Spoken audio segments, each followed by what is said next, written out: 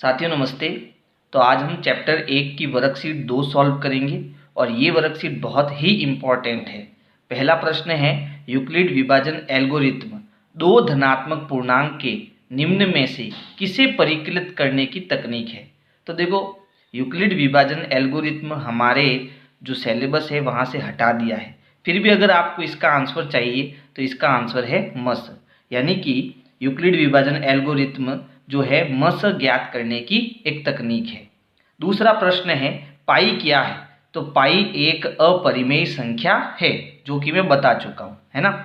प्रश्न 3 है निम्न में से कौन सी अपरिमेय संख्या नहीं है। तो अपरिमेय संख्या कौन नहीं होगी, जो परिमेय होगी, है ना। तो यहाँ पर देखो, रूट के अंदर 64 और 81 है। 64 एक पूर्ण वर्ग संख्या है ना, और 81 भी एक पूर्ण वर्ग संख्या है। यानी अगर मैं 64 का वर्गमूल निकालूं, हमें क्या दिया है, हमें दिया है √64/81। तो 64 का वर्गमूल कितना होता है, 8, है ना, और 81 का वर्गमूल कितना होता है, 9। तो यहाँ पर जब इनके वर्गमूल हम निकालेंगे तो हमें मिलेगा 8/9, और 8/9 क्या है, एक परिमेय संख्या है।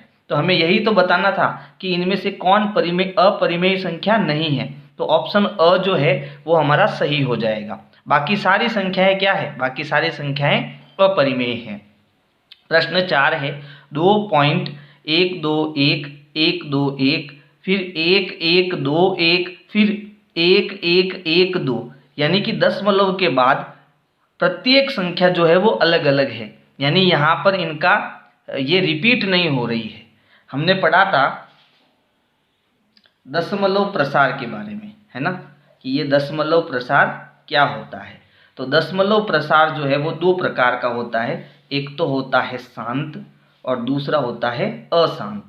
ठीक है, तो शांत का मतलब क्या हो गया, जैसे 2.8 और पॉइंट के बाद यहाँ पर एक ही अंक आ रहा है, इसके बाद ये खत्म हो गया। तो ये जो प्रसार होता है वो होता है शांत प्रसार, है ना।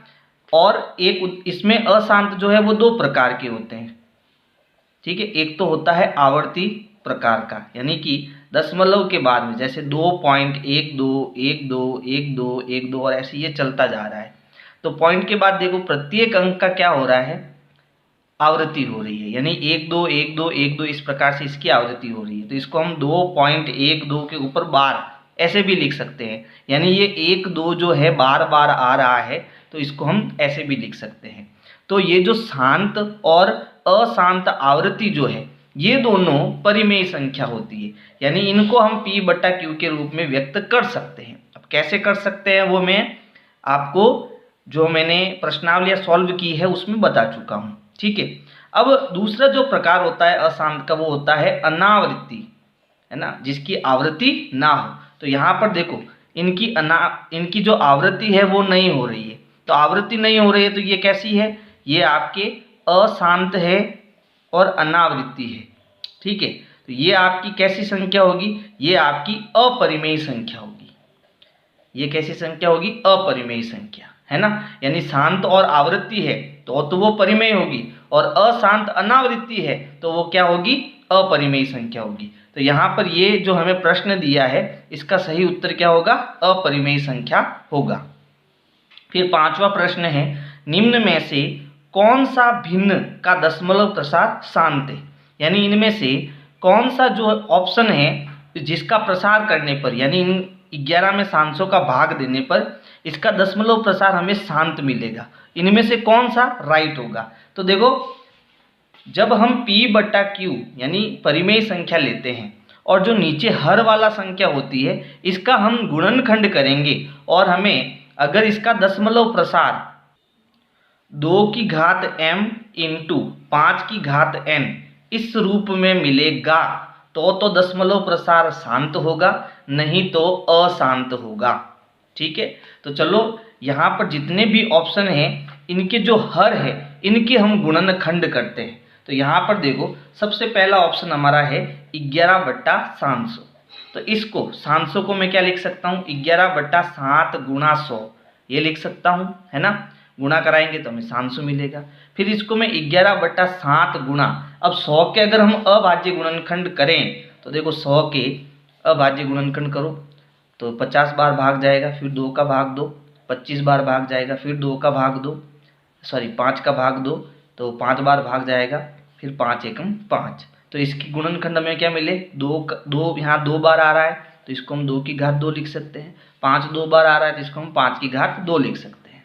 तो यहाँ हमें 2 की घात 2 इंटू 5 की घात 2 मिलेगा। तो यहाँ पर नियम क्या था, नियम ये था कि हमें 2 की घात m इंटू 5 की घात n इस प्रकार का रूप चाहिए। तो यहाँ पर इस प्रकार का रूप तो है, लेकिन यहाँ पर शांत भी आ रहा है, इसलिए ये शांत नहीं होगा, इसका दशमलव प्रसार शांत नहीं होगा। अब हम अगला ऑप्शन चेक करते हैं।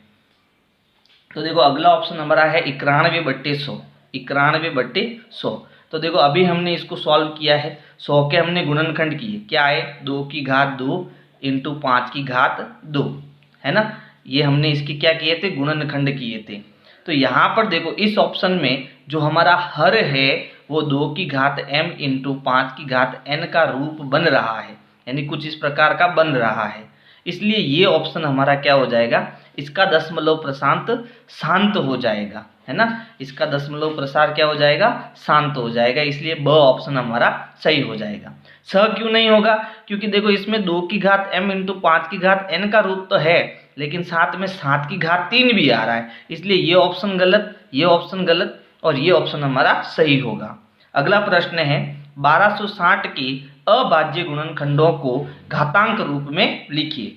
तो इसके लिए हम क्या करेंगे, 1260 के अभाज्य गुणनखंड करेंगे।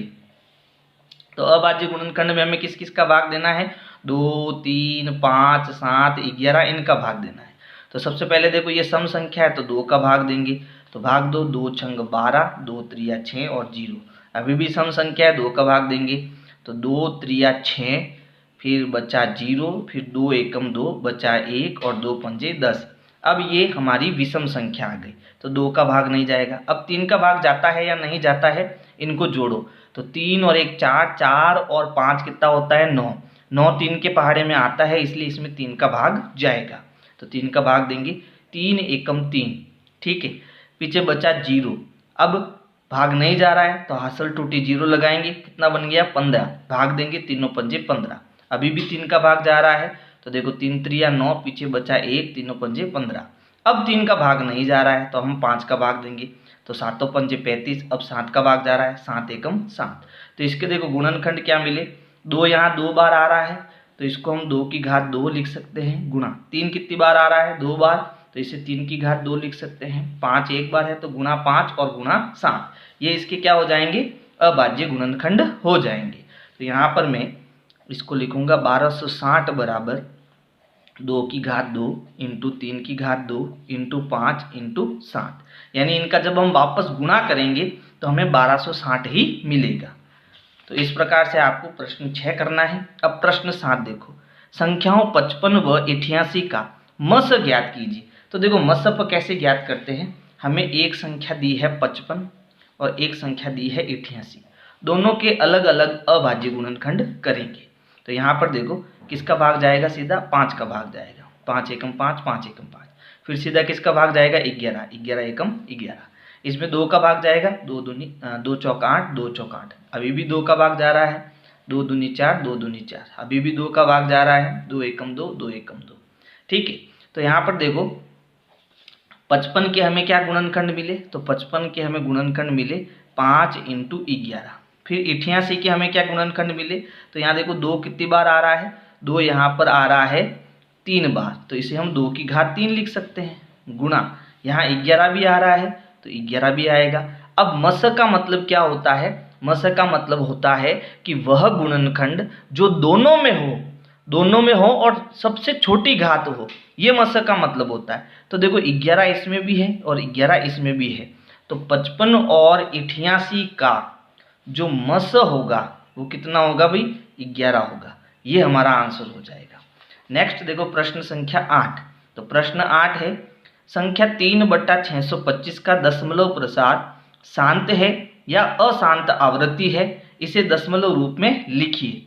तो ये बहुत इंपॉर्टेंट प्रश्न है, हर एक साल छोड़कर एक साल ये प्रश्न पूछा जाता है कि इसका दशमलव प्रसार कैसा है।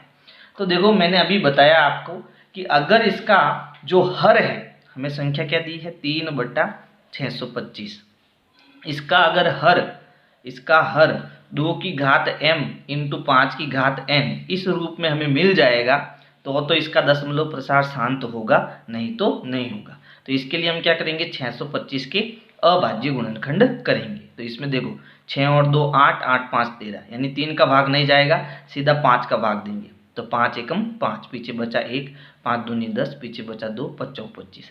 फिर 5 का भाग देंगे, 5 दूनी 10, पीछे बचा 2, 5 चौक 25। फिर 5 का भाग देंगे, 5 चौक 25 और 5 एकम 5।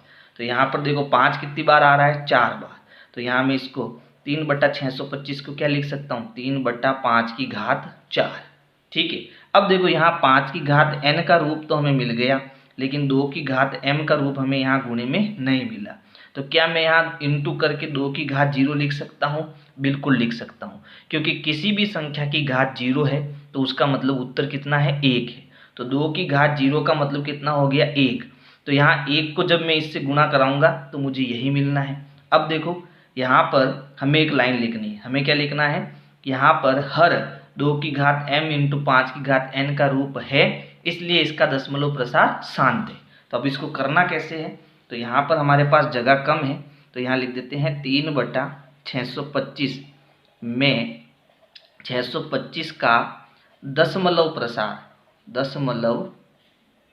प्रसार 5 की घात 4 इंटू 2 की घात 0 रूप है। अतः यह प्रसार शांत है। क्या है, शांत है। ठीक है। चलो अब प्रश्न 9 है, 1.34 को p/q के रूप में लिखिए। तो ये तो बहुत ही सरल है भाई, हमें कितना दिया है, 1.34 दिया है। तो यहाँ से जब पॉइंट हटाएंगे तो पॉइंट के बाद कितने अंक है, 2 अंक है। तो 2 जीरो वाली संख्या कितनी होती है, 100, वो इसके नीचे आ जाएगा। तो यहाँ से पॉइंट हटाएंगे तो ये हो गया 134 बट्टा, पॉइंट के बाद 2 अंक है तो 2 जीरो वाली संख्या कौन है, 100 नीचे आ जाएगा, ये हो गया p/q के रूप में व्यक्त। फिर प्रश्न 10 है, 2 संख्याओं का लस व मस में संबंध लिखिए। तो 2 संख्या हम मान लेते हैं, पहली संख्या a है और दूसरी संख्या b है। ठीक है। तो इनमें लस और मस में क्या संबंध होता है, a इंटू बी बराबर LCM इंटू HCF। ये फॉर्मूला आपको याद रखना है। अब प्रश्न 11 है, 278 को किस संख्या से विभाजित करें कि भागफल 12 और शेषफल 2 प्राप्त हो। तो ये यूक्लिड विभाजन से संबंधित प्रश्न है, इसलिए ये आपके सिलेबस से हटा दिया है, इसको छोड़ो। प्रश्न 12 देखो, x हमें कितना दिया है, x हमें दिया है 2 की घात 3 इंटू 3 की घात 2 और y हमें दिया है 2 की घात 2 इंटू 3 की घात 2। अब इनका हमें लस और मस दोनों ज्ञात करना है। तो देखो x, y का सबसे पहले तो हम लस निकाल देते हैं। अब लस क्या है कि जो गुणनखंड हमने किए हैं उस प्रत्येक गुणनखंड को हमें लेना है। ठीक है। और बड़ी घात लेनी है। कौन सी घात लेनी है, बड़ी घात लेनी है। तो देखो 2 इसमें भी है, 2 इसमें भी है, दोनों कॉमन है। तो इसमें देखो बड़ी घात कौन है, 2 की घात 3, तो ये हमें लेना है, प्रत्येक को लेना है। ठीक है। फिर देखो 3 इसमें भी है, 3 इसमें भी है, दोनों की घात कितनी है, 2, तो इसमें से एक को ले लो, 3 की घात 2। अब इनको गुणा कराओ, वही इसका लसअप है। तो 2 की घात 3 का मतलब होता है 8, 3 की घात 2 का मतलब होता है 9, 8 नम कितना होता है, 72। तो x और y का लसअप कितना आ गया, 72। अब x और y का मस हमें ज्ञात करना है। तो मस क्या होता है, जो गुणनखंड हमें दिए हुए हैं उसमें हमें कॉमन गुणनखंड लेना है और कॉमन गुणनखंड की छोटी घात है ना, वो लेना है। तो देखो 2 इसमें है, 2 इसमें, मतलब कॉमन है। तो कॉमन है तो छोटी घात कौन सी है, 2 की घात 2, तो ये इसमें से आएगा गुणा। इन दोनों में भी 3 की घात 2 कॉमन है ना, दोनों में ही है। तो छोटी घात तो कोई है नहीं, तो दोनों समान घात है, तो दोनों को ले लो, यानी 3 की घात 2 ले लो। अब 2 की घात 2 का मतलब 4, 3 की घात 2 का मतलब 9 और 4 नंग कितना होता है, 36। तो इसका HCF कितना आ जाएगा, 36 आ जाएगा। तो इस प्रकार से हमें वर्कशीट 2 सॉल्व करनी है। और अगर मेरे वीडियोज आपको लगातार पसंद आ रहे हैं तो वीडियो को लाइक करना है, अपने दोस्तों को शेयर करना है। Thank you.